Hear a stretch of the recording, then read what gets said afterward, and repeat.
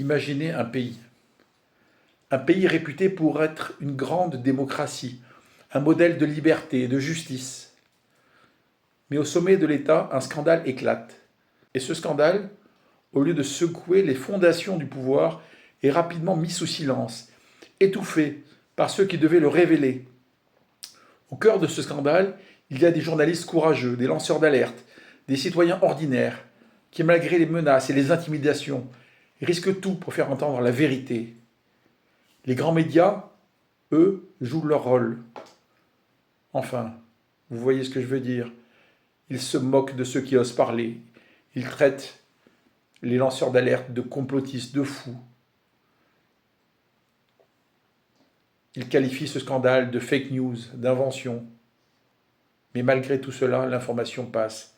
Elle infiltre l'esprit du peuple, malgré le mépris, malgré les tentatives désespérées de ce pouvoir corrompu de réduire au silence la vérité.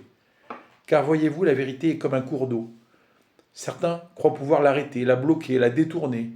Ils érigent des murs, des barrages, mais l'eau trouve toujours un chemin. Elle se glisse dans les fissures, elle s'infiltre là où on ne l'attend pas. Peu importe combien on tente de l'étouffer, tôt ou tard elle émergera. Et ce jour-là, ceux qui pensaient avoir tout caché se retrouveront face à la réalité.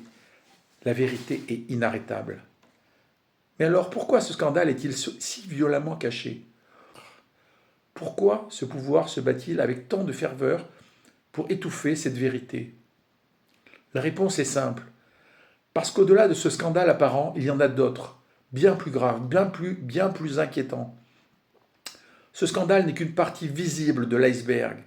Derrière lui se cache un système de corruption généralisée, de manipulation à grande échelle, un réseau mafieux, des réseaux pédophiles protégés par le pouvoir, des systèmes de détournement d'argent public. Quand ce scandale éclatera, il emportera tout avec lui. Non seulement ceux qui sont impliqués, mais ceux qui les ont protégés, ceux qui les ont aidés à dissimuler la vérité. Tout ce petit monde tombera. Car tout ce qui a été caché si longtemps finira par ressurgir. Et c'est là que le pouvoir commence à trembler. Parce que ce scandale, ce secret enfoui, lorsqu'il sera pleinement révélé, il ne se limitera pas à une simple révélation politique. Ce sera un bouleversement.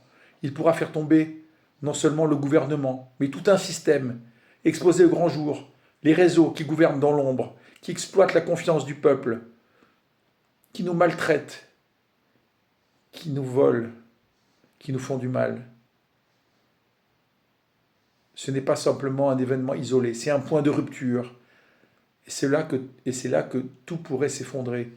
Ce pouvoir, ses soutiens, ses complices, tout sera remis en question. La vérité trouvera la place qu'elle mérite. La vérité finira toujours par éclater. Et ce jour-là, ce ne seront pas simplement des têtes qui tomberont. C'est tout un système qui vacillera. Le pouvoir en place et tous ceux qui l'ont soutenu devront rendre des comptes. La vérité, tôt ou tard, trouve son chemin. Et ceux qui ont tenté de la cacher se retrouveront face à leur propre défaite. Et ce n'est même pas tout. Ce gouvernement ne se contente pas de manipuler l'opinion publique par des paroles ou des médias traditionnels. Il va encore plus loin. Il utilise des outils comme l'éducation nationale pour infiltrer ses idées perverses dans l'esprit des plus jeunes. Le programme scolaire, au lieu d'enseigner la rigueur des valeurs morales, les valeurs fondamentales de notre société, est instrumentalisé pour faire croire aux enfants que ce qui est anormal deviendrait normal. Mais ce n'est pas tout. Prenez des événements comme les Jeux Olympiques, ce spectacle grand public utilisé de manière cynique pour essayer de transformer des perversions en normalité. Cette distraction, cet écran de fumée qui fait croire au peuple que tout va bien, que tout est sous contrôle. Ce gouvernement paye, finance, contrôle les grands médias pour s'assurer qu'ils diffusent la version de l'histoire qui les arrange. Ces médias deviennent des instruments de propagande, des machines à fabriquer du consentement, manipulant l'opinion pour faire croire que l'inacceptable est finalement quelque chose que nous devrions accepter. Les implications, les conséquences de ce scandale sont d'autant plus difficiles à connaître qu'il a été soigneusement caché. On ne connaît pas encore toute l'étendue de ce qu'il recouvre. Mais il est évident que ce n'est pas un scandale isolé. C'est peut-être une partie d'un engrenage bien plus vaste. On se demande peut-être si ce n'est pas lié à des manipulations d'élections, à des détournements d'argent public, à des affaires pédophiles, à des réseaux de trafic humain, à peut-être des interférences de pays étrangers qui contrôlent, qui font chanter nos dirigeants.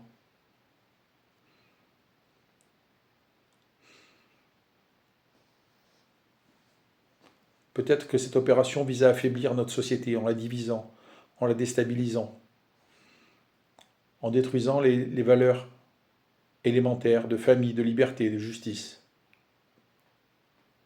Y a-t-il des puissances étrangères qui manipulent, qui tirent les ficelles?